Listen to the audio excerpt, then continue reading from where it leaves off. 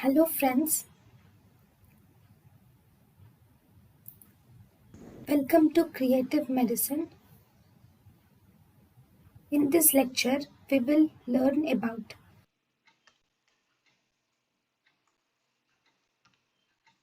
Bartholin Cancer. Bartholin cancer is a rare cancer and it is most commonly seen in postmenopausal women. In postmenopausal women, enlarged Bartholin glands should always be regarded as cancer unless proven otherwise.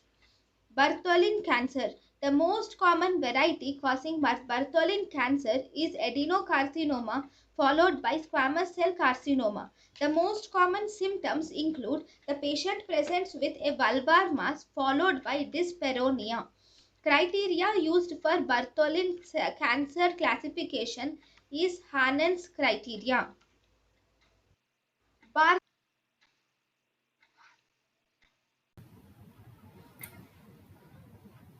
thank you and thank you for watching.